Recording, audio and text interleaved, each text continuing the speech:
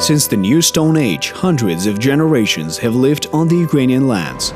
Deep knowledge, traditions, mythology, language, symbolism were passed down from generation to generation. These information markers are very decisive for each nation. They allow us to understand who we are and what we're living for. For thousands of years, this intergenerational transfer of information changed and was supplemented. Who were our great-grandfathers? Do we remember them? Who do we turn to for answers? Who lived on this land before us? Who will come and settle on our land tomorrow? What unites us? Is there a connection between us?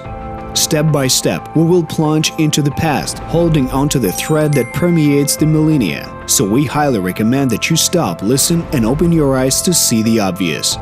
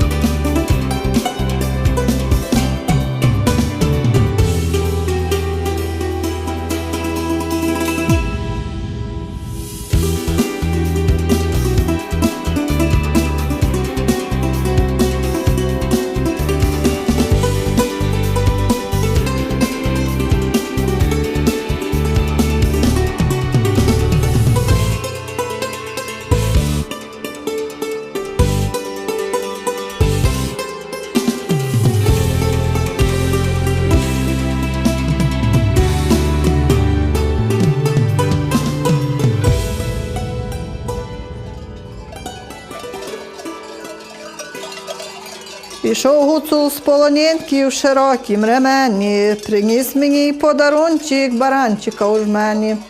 Як Гуцула і не любити, Гуцул молоденький, як баранчика не з'їсти, коли він добренький.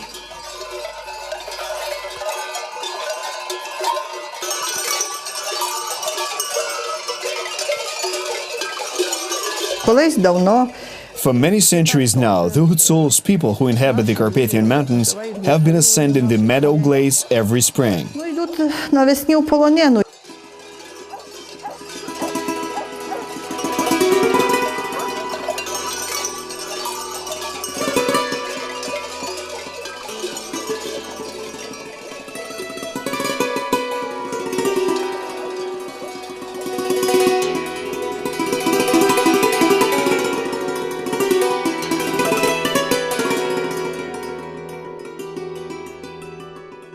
Виходять вони весною. They leave at the beginning of May, gathering cows and sheep from villages along their route into a single herd. Виходять на полонини. Туди виходять тільки Only men go up to the meadows.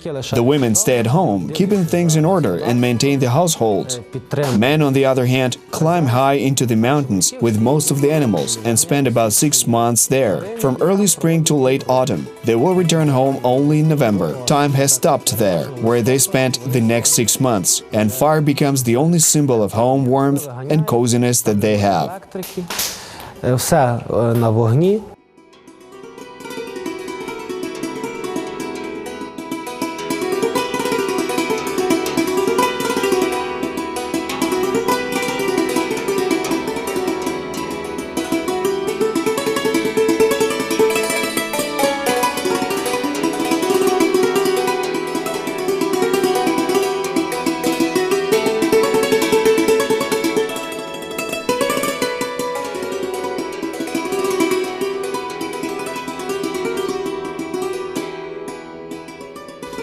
The first thing Hutsuls did when they got to the meadows was to make a campfire, and this fire was kept lit until the very end, when they returned home. The fire was always maintained to make sure it kept burning. Superstition was the reason they didn't let the fire go out. The Hutsuls believed that it's a bad omen if the fire goes out at night or in the morning. They believed that bears and wolves would come out to eat the cows and sheep. There will be bad weather, thunder, lightning that can strike a person or animal. There were times when the fire went out on the meadows. Вогонь згасав у ватернику, то відразу забирали всі тварини і згонили додому. On the same day, shepherds would drive all the animals back home from the mountains. But in most cases, the fire burned from spring to the end of autumn, until the first snow fell. High in the mountains, shepherds milked sheep and cows and made cheese. Великі дуже поля, ну і зараз є. І вони там випасають вівці, корови, доять, є собаки, які Today, animals, just like in days of old, graze in the spacious fields of the Carpathian Mountains. Specially trained dogs help people protect and drive the large herd of animals. All the cows and sheep are milked by hand in a specially fenced enclosure. Cheese is made from this milk. If possible, then once a month, every 2 or 3 weeks, they send the sheep cheese and other products made on the meadows down to the village on horses. These are brinza, buds, and vurda cheeses. But most of the cheeses are stored in a wooden kaliba hut, where the fire is lit, or in shallow cellars from spring to autumn. від весни і до осені.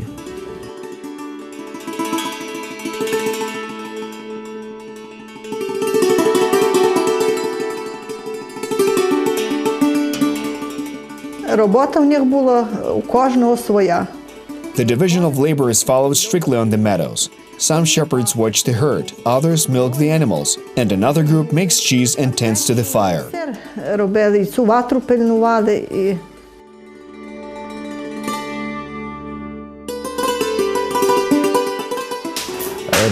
Working on the meadows is no easy task. It requires a lot of walking across the mountains and milking a large number of animals. For example, I currently have 50 goats and I milk them all with a milking machine. If you milk a goat by hand, you'll need 3 minutes per head. And frankly, you'll be tired and need a break after milking 3 or 4 goats in a row.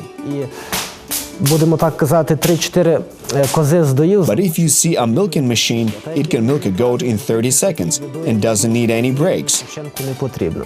А там все потрібно доїти вручну під But high in the mountains, everything has to be done manually, often in rain and cold wind. You could say that those are extreme conditions for survival. Це потрібно великий догляд за цим. Animals need to be looked after. You need to constantly make sure that every goat or sheep is well fed and watered. But you or anyone else has to like their work. Because if people don't like their work, then they will do it poorly and irresponsibly, just to get it off their list. За неї її буде робити невідповідально, не до кінця, так, щоб, ну, будемо так казати, щоб просто збутись. I love my goats and sheep. I love my job. Кіз і овець люблю свою. You could say that I put my whole heart into my work. Казати, відповідально ставлюсь до своєї роботи.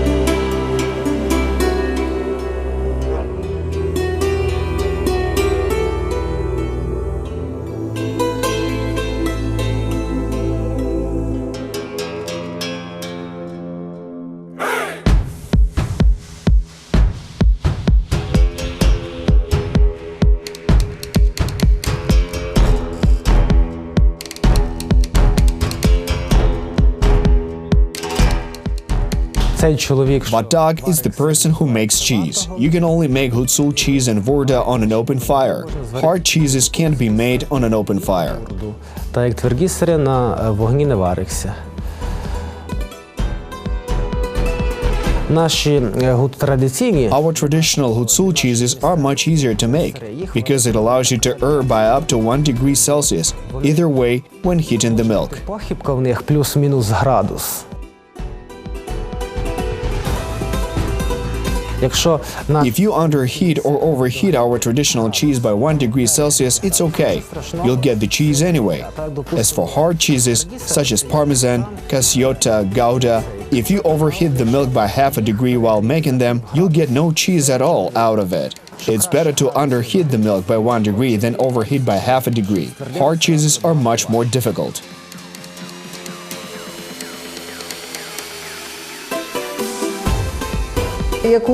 After the shepherds gather milk in the evening, they must collect cream in the morning so that they can also get butter.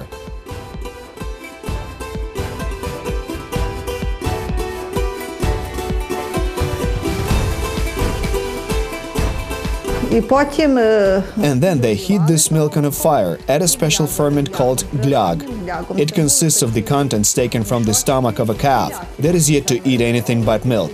The Hutsuls know well what amount of glag should be poured into the milk, a glass or half a liter. І скільки того сипати, чи чвертку, чи півлітру.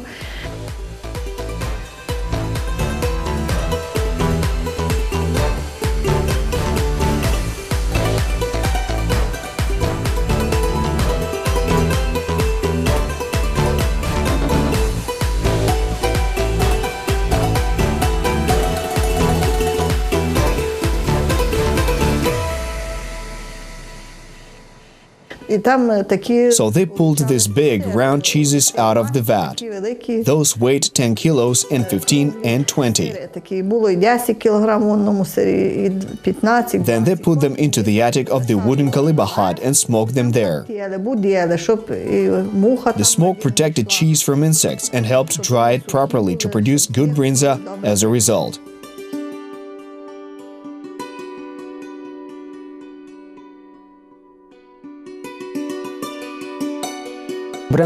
Brinza is best preserved in a wooden barrel. They grind the cheese with salt to make it keep longer. They add 100 grams of salt, sometimes 50 or 70, maybe more, to every kilo of cheese. 70, може і більше дають. І вона зберігається рік. Brinza can be stored for 6 months to a year. If stored for a long time, its top usually gets covered with 2 to 3 centimeters of mold. But this mold can be removed, and underneath lies tasty, high-quality brinza. І знизу знову нормальна бринза. Cheese keeps for less. It can go bad in as little as 4 to 5 days at a temperature higher than 80 degrees Celsius. This is why wise Hutsuls immediately made brinza out of it. Brinza keeps much better. It can keep even longer than 4 months. If you tightly pack brinza into a barrel in spring, then it can keep there until autumn. Там і 4 місяці, як весною зробили, набили бринзу, воно буде зберігатися до самої осені. А от рікота... But ricotta, this is our traditional Hutsul Vorda, can keep for even less. Without a refrigerator, it goes bad in as little as 4 days. І портиться.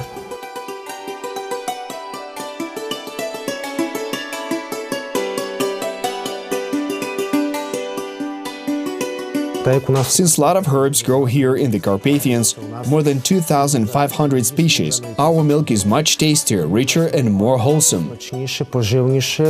It contains much more beneficial bacteria, more fat, more carbohydrates. Більше жирків, більше вуглеводів.